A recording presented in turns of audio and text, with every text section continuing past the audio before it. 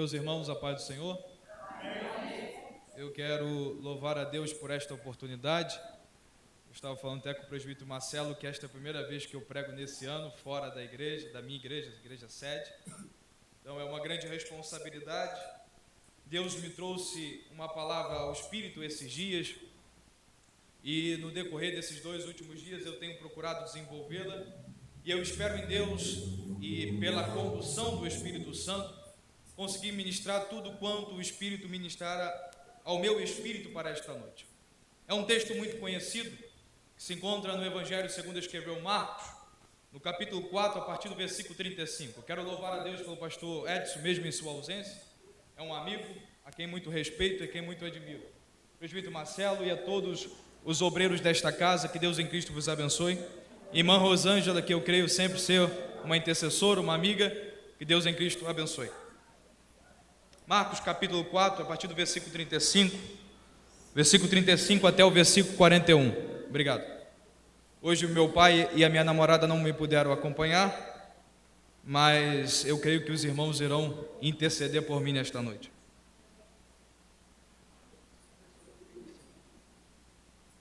Leiamos.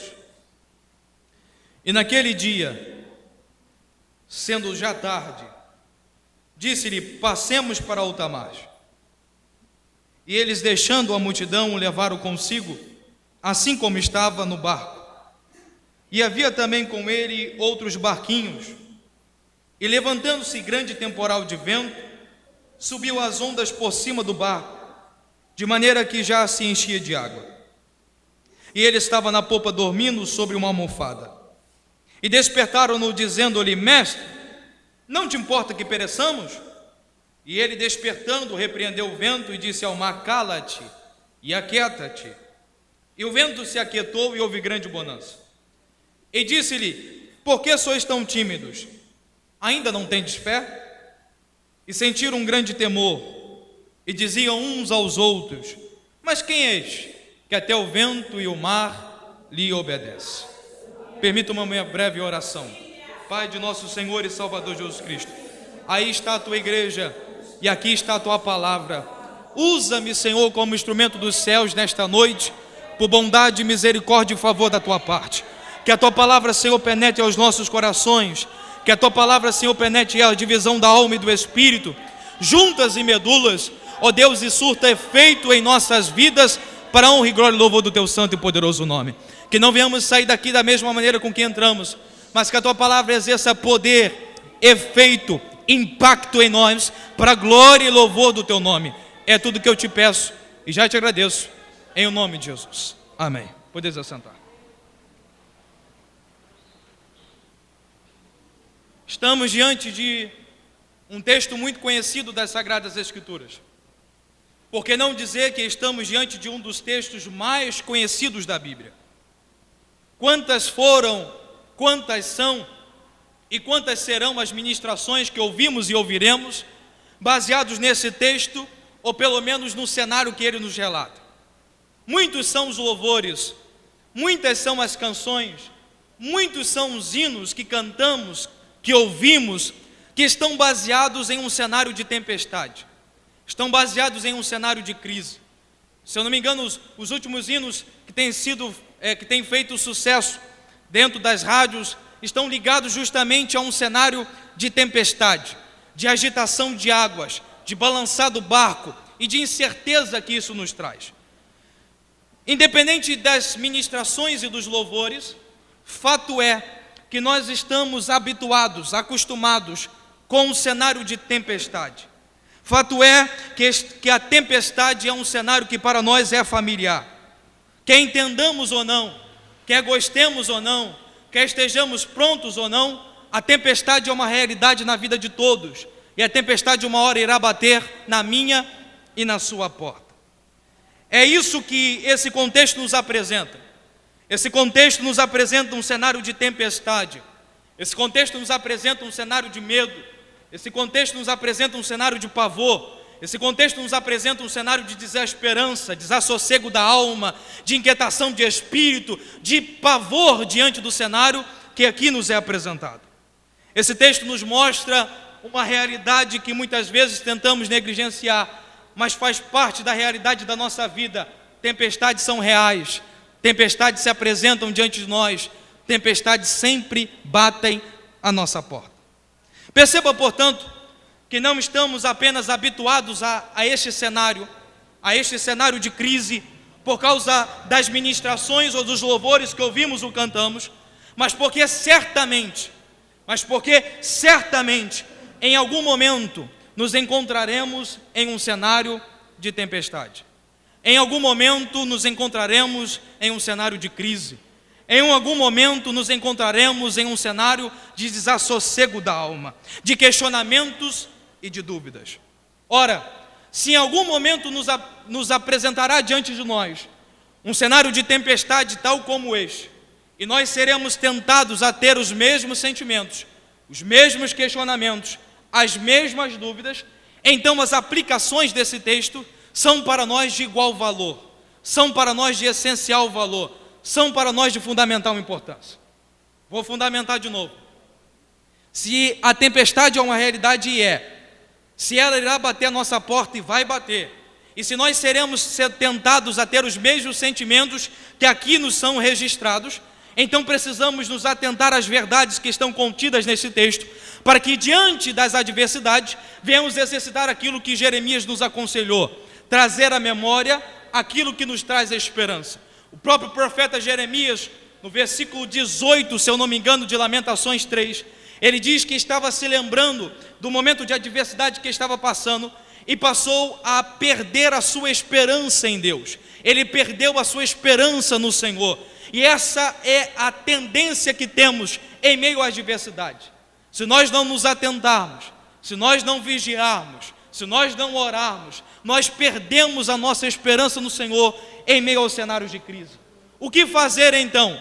É preciso que nós venhamos trazer à memória aquilo que nos traz a esperança. Então a minha intenção nesta noite, diante de um texto tão conhecido, diante de um cenário tão conhecido, não é trazer, não é apresentar nada de novo no texto. Eu quero apenas pontuar algumas verdades que aqui estão contidas e que muitas vezes nos foge a percepção. É sobre isto que eu quero tratar nesta noite. Eu quero ajudar a você. Eu quero, pela ajuda do Espírito Santo, fazer com que você se atente às verdades que precisam ser constantemente lembradas por nós diante dos cenários de adversidade. Nós temos uma grande facilidade de trazer à memória vários tipos de pensamentos. Nós temos uma grande facilidade de trazer à memória diversos tipos de sonhos, de projetos e até mesmo de dúvidas. Tem pessoas que têm uma tendência de duvidar de tudo, de questionar de tudo, de duvidar de si mesmo. A gente tem uma grande facilidade de trazer à memória vários tipos de pensamentos, mas a gente tem uma grande dificuldade de trazer à memória aquilo que nos traz esperança.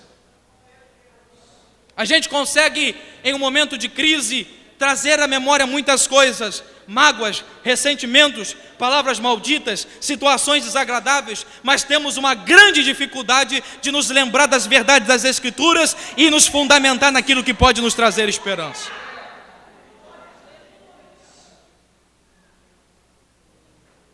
Sobretudo no cenário que nós estamos vivendo, sobretudo no mundo que vivemos, trazer à memória aquilo que nos traz esperança não é nada fácil. Nós constantemente nos deparamos com notícias desmotivadoras, desesperançosas, desanimadoras. Constantemente nos deparamos com notícias que nos tiram o ânimo, nos tiram a expectativa, nos tiram a esperança. Não basta poucos minutos, o telefone toca, alguma notícia no WhatsApp chega, fulano está enfermo, Beltrano perdeu o emprego, ore por fulano, ore por Beltrano, ore por cicrano. No mundo que estamos vivendo, constantemente nos deparamos com situações que tentam nos levar à desesperança, que tentam nos levar à inquietude de alma, que tentam nos levar à perturbação de espírito, que tentam tirar de nós a esperança em Deus. Ou seja, além da dificuldade natural que temos de trazer à memória aquilo que nos traz a esperança, diante do cenário de adversidade, pelo mundo que vivemos, essa dificuldade aumenta ainda mais. A nossa mente foca nos problemas, a nossa mente tem a tendência de focar nas dificuldades, A nossa mente tem a tendência de focar na agitação das águas, no vento forte batendo, no barco balançando, e nos esquecemos por vezes de quem está conosco no meio do trajeto. A nossa mente consegue focar em muitos problemas, maquina muitas coisas, e no mar da vida a gente começa a esquecer quem está conosco no barco e nos garante a chegada do outro lado.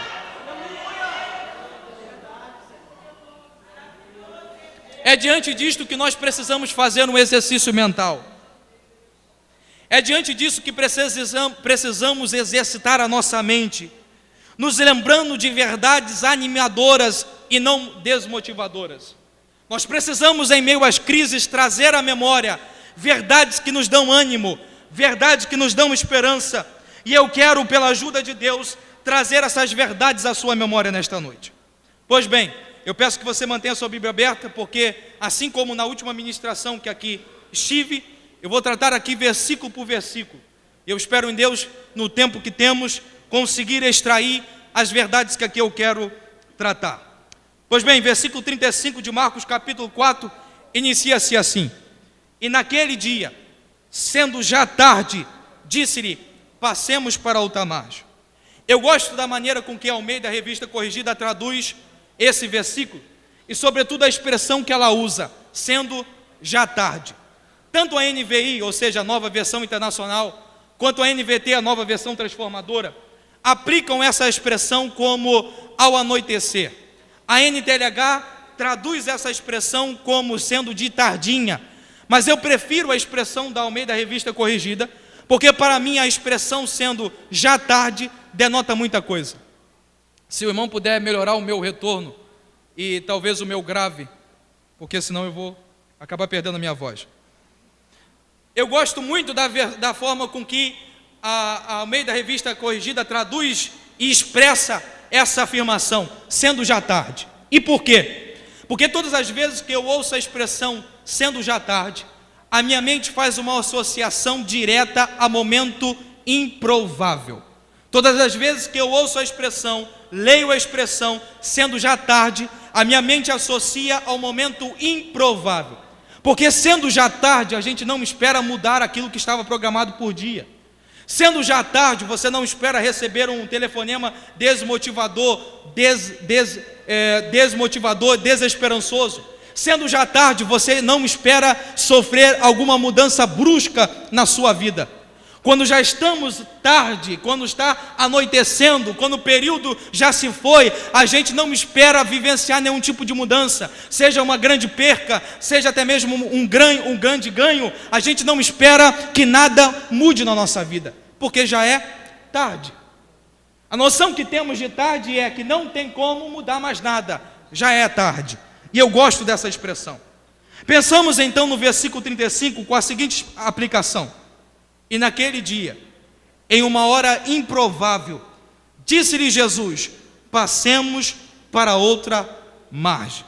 O entendimento a esse versículo é importante e é absolutamente necessário a compreensão de todo o texto, porque todo o texto fundamenta-se no versículo 35, ou até mesmo se resume no convite de Jesus aos seus discípulos, no versículo 35. Irmãos, eu sei que está um pouco complicado a explicação, eu vou ter que explicar muita coisa aqui, mas não se preocupe, uma hora, daqui a pouco nós vamos chegar a algumas conclusões dos versículos. A expressão sendo já tarde denota um momento improvável de mudar aquilo que já estava programado. Então, em um momento como esse, Jesus faz o convite aos seus discípulos, passemos para outra margem. Os discípulos aceitam tal convite.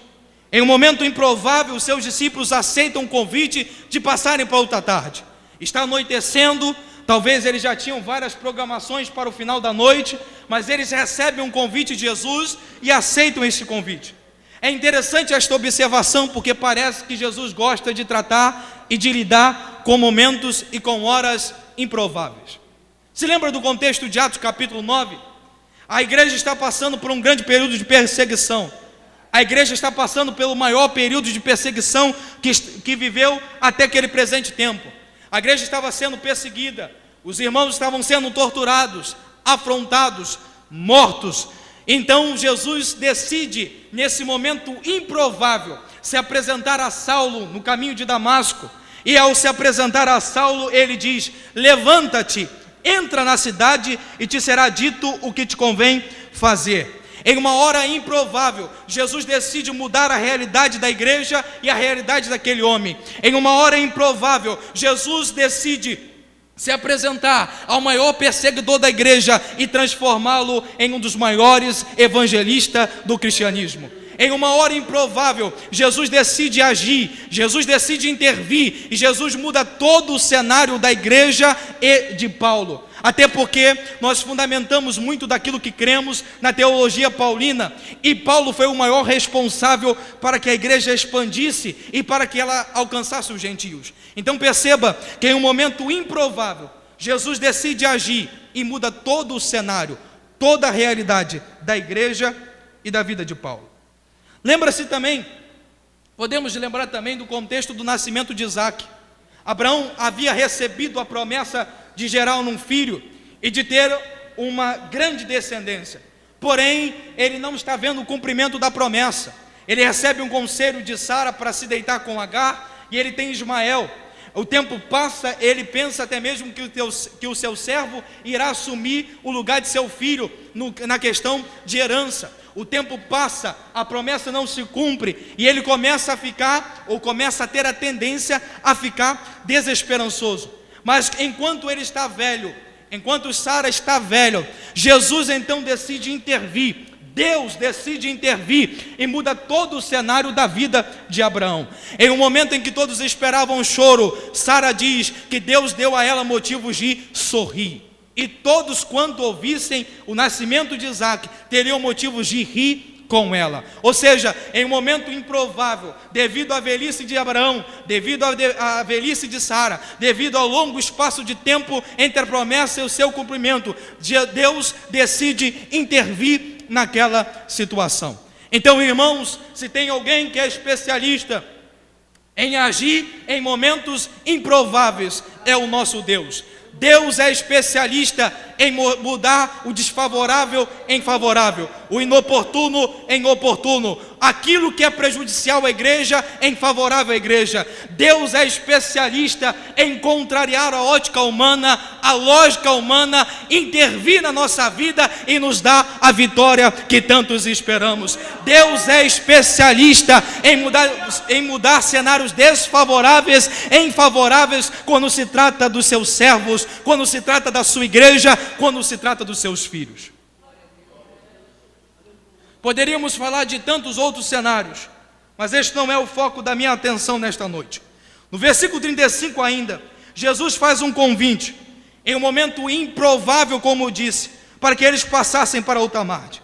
Eles aceitam o convite e assim se inicia o versículo 36. O versículo 36 diz assim: e eles, deixando a multidão, o levaram consigo assim como estava no barco, e havia também com ele outros barquinhos.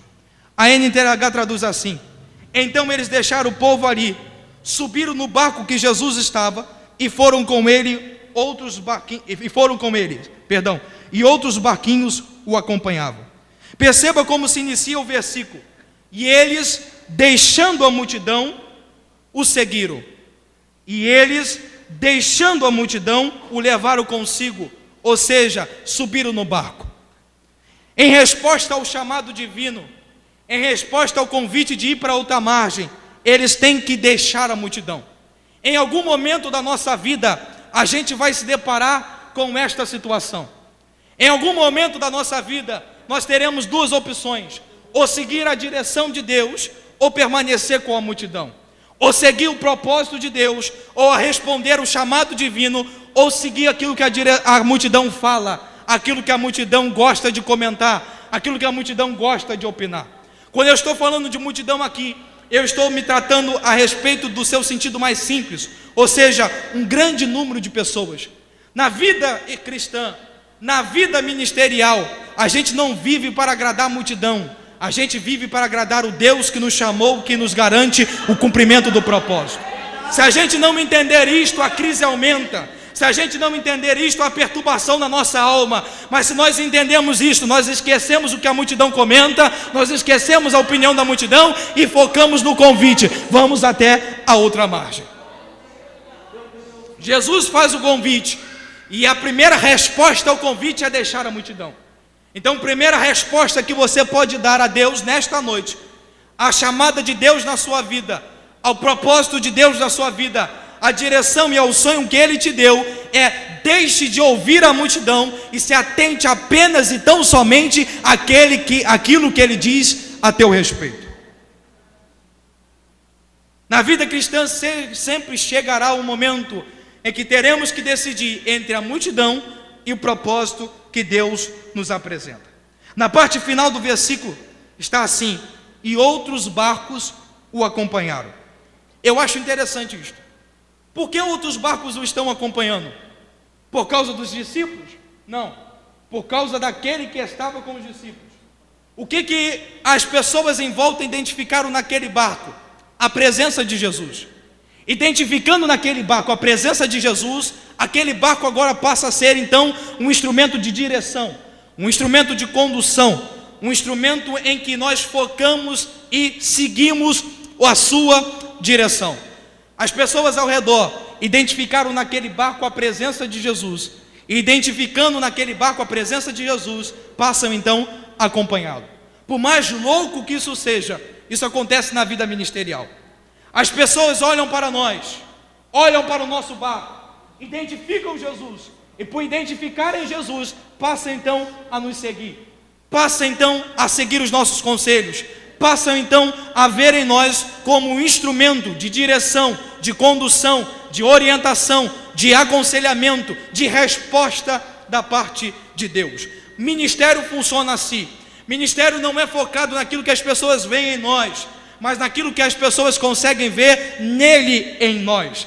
Ministério é focado não naquilo que eu posso dar, mas na presença que me dá condição de, por graça, dar alguma coisa a alguém. Ministério é focado nisso. Eu deixo a multidão, tenho ele no meu barco, e agora aqueles que identificam Jesus no meu barco começam a segui-lo também. Ministério é focado nisto. Uma vida de renúncia que valoriza a presença de Deus. E quando a presença de Deus é realçada em nossa vida, passamos então a ser um instrumento de Deus para outras pessoas. Irmãos, eu estou correndo porque o tempo é curto. O que se espera diante do convite de Jesus? Passemos para outra margem. No mínimo, se espera que a passagem seja positiva. Ou, pelo menos, que se alguma adversidade se apresentar no meio do trajeto, haja uma pronta e rápida intervenção da parte de Deus. Ninguém que recebe um convite da parte de Deus, ninguém que é chamado por Deus a executar algo, a fazer algo, espera passar por um momento de dificuldade. Ou se passar, espera que Deus logo intervenha. Mas por mais que isto seja a nossa expectativa, ela não condiz com a realidade. Por mais que esse seja o nosso desejo, esse desejo não condiz com a realidade. Embora Jesus tenha o chamado, e de fato o chamou, embora eles tenham renunciado à multidão para segui-lo, e de fato fizeram, embora eles já sejam um instrumento para a vida de outros, e de fato se tornaram, eles não estão isentos de passar por dificuldade. Então, embora a gente tenha em mente de que diante da adversidade, Deus irá rapidamente intervir, Deus irá rapidamente agir, isso não condiz com a realidade. A percepção que eu tenho é esses homens entrando no barco cheios de ânimo, cheios de esperança. Eu imagino eles entrando no barco pensando naquilo que Jesus irá produzir da outra margem. Eu imagino eles entrando no barco e pensando no milagre que Deus irá realizar quando do outro lado estiver. Eu imagino eles no barco refletindo sobre algum sermão, refletindo sobre alguma coisa que Jesus já havia dito no decorrer do caminho. Ninguém que recebe um convite da parte de Deus espera perder no meio do trajeto a convicção: fiz a escolha certa, eu fiz a decisão certa. Ninguém que decidiu seguir a orientação de Deus espera perder no meio do trajeto a certeza: Deus está comigo, Deus vai me dar vitória, vai dar tudo certo. A gente espera que esse sentimento percorra todo o trajeto, mas isto não é realidade. Isso é bom. O desejo de fazer, o desejo daquilo que Deus irá realizar é positivo, mas a nossa noção a esse respeito, no mínimo, não é a mais correta. No versículo 37, está assim: e levantando-se grande temporal de vento, e subindo as ondas por cima do barco, as águas cobriam o barco. A NTLH traduz assim: de repente, começou a soprar um vento muito forte, e as ondas arrebatavam com tanta força em cima do barco, que ele já estava ficando cheio de água. Primeiro ponto que precisamos considerar aqui é que as tempestades nas nossas vidas surgem de maneira repentina. Algumas tempestades nas nossas vidas começam a dar algum sinal, mas outras simplesmente surgem. Há momentos que simplesmente nos deparamos com uma enfermidade que nunca nem sentimos os seus sintomas. De repente recebemos nas nossas mãos um papel dizendo que nós seremos demitidos. De repente a situação familiar muda. De repente a situação da igreja muda. De repente a convicção ministerial se perde. As tempestades que se apresentam nas nossas vidas são repentinas. Muitas vezes nós não estamos esperando, nós não estamos preparados para tempestades que nas nossas vidas irão se apresentar. Segundo ponto é que as tempestades são inevitáveis. Por mais que a gente queira, não é possível impedir uma tempestade. Elas vão se apresentar nas nossas vidas.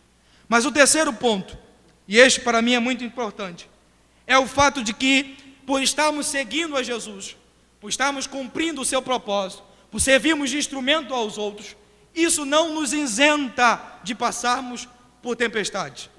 Na travessia do mar da vida, nós nos depararemos com constantes tempestades.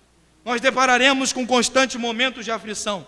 Mas o que faz a diferença na nossa vida é que em meio às diversidades, em meio às aflições, em meio às tempestades, há uma presença que está conosco. Há uma presença que não nos deixa. Há alguém que está conosco durante todo o trajeto e Ele nos dá garantia da chegada até a outra margem.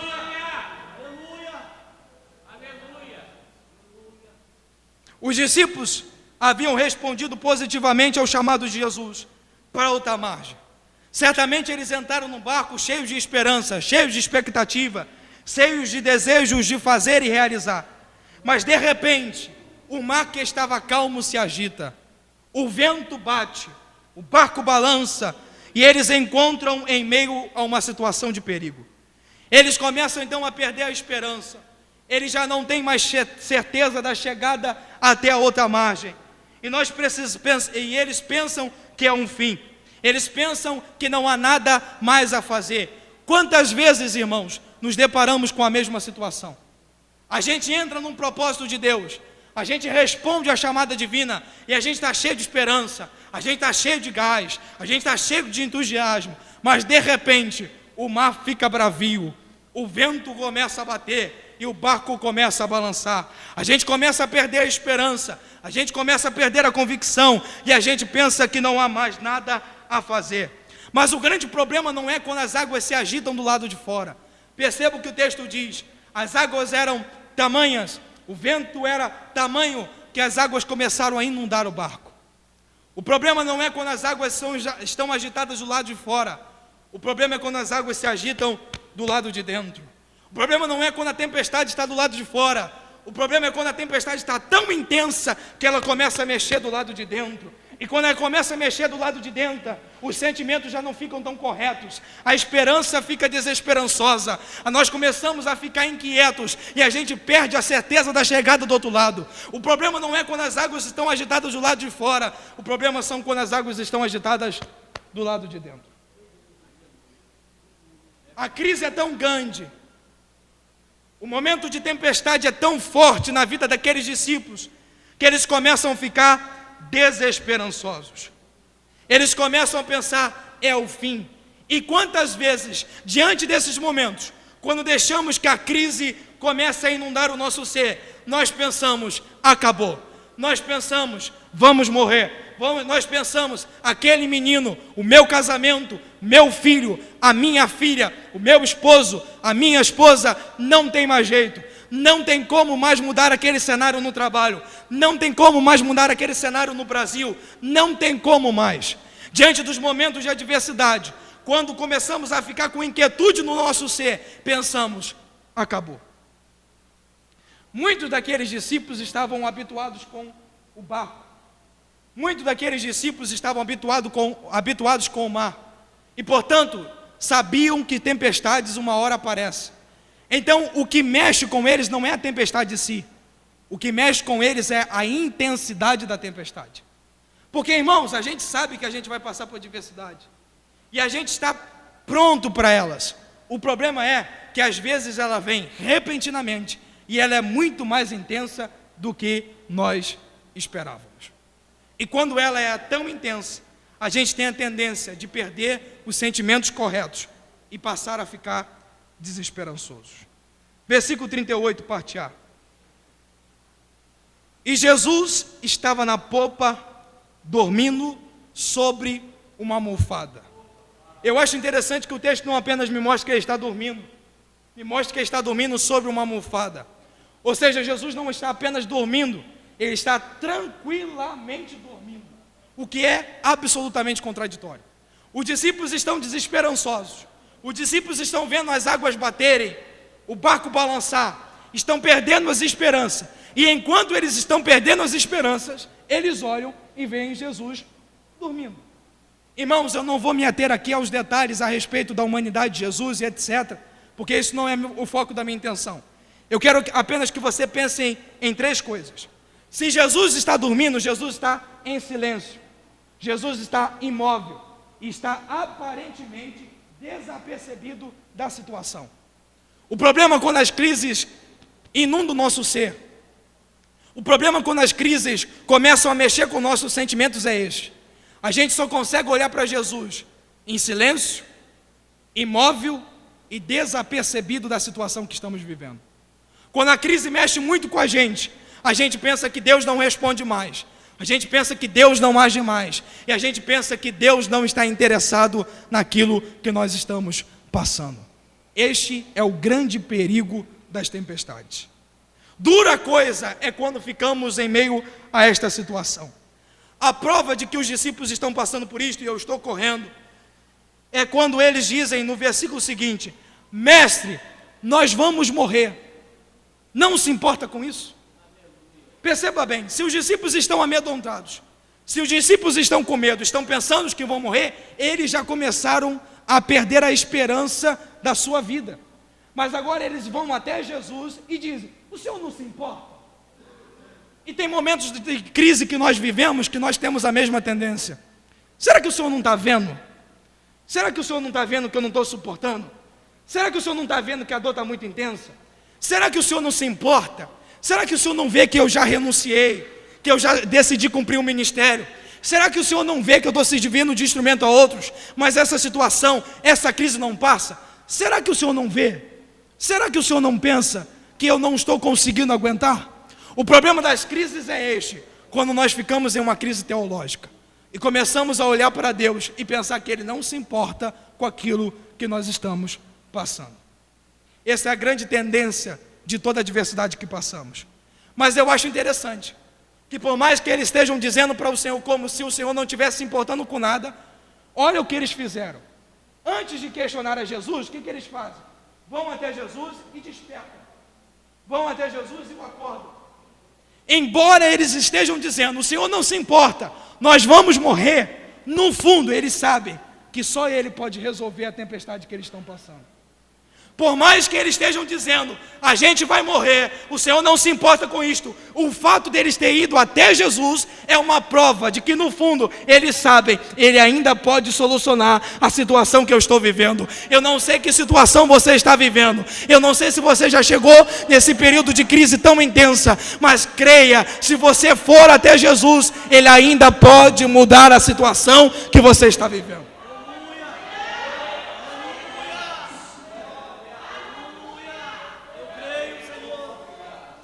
Presta atenção, quando o texto me diz: e foram até Jesus e acordaram, e passam a fazer esse questionamento, o que eles estão dizendo é: eu creio que Ele ainda pode fazer alguma coisa. É nesses momentos que nós estamos em crise, irmãos, e eu sei que você já passou por isso, e se não passou, vai passar. Tem hora que a gente está em crise e a gente pensa, será que Deus não me chamou mesmo? Será que é esse o ministério que Deus me deu mesmo? Será que é essa faculdade que eu deveria estar? Será que é nesse namoro que eu deveria estar? Será que é esse mesmo casamento que eu deveria ter? Será que não poderia ser melhor? Tem hora que a gente está em crise e a gente pensa, por que o Senhor não me direcionou? Por que o Senhor não me responde? Por que o Senhor não age? Por que o Senhor parece que não está atento à minha necessidade?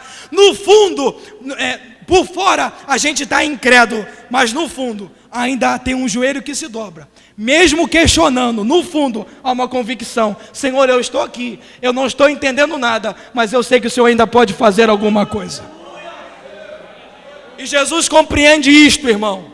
Não há ninguém que compreenda mais os momentos que você chega até Ele, questionando, duvidando, murmurando. Você está por fora incrédulo, mas dentro de você, pelo simples fato de ter ido até Ele, ainda tem uma certeza de que Ele pode intervir e mudar essa situação. Os discípulos vão até Jesus para acordá-lo, mas quem de fato é acordado são os discípulos. Porque neste momento, Jesus está mostrando para eles, sem palavra nenhuma, que eles ainda estão incrédulos, que eles ainda são imaturos, que eles ainda não estão preparados para o cumprimento da chamada. E a crise tem sempre esse objetivo: mostrar aquilo que está imperfeito em nós, mas ela também nos dá condição de aperfeiçoar aquilo que até então estava imperfeito. A crise nos dá a oportunidade de ver os nossos erros, mas ela também nos dá a oportunidade de corrigi-los. A crise nos mostra a nossa incredulidade, mas ela também nos dá a oportunidade de amadurecermos na fé.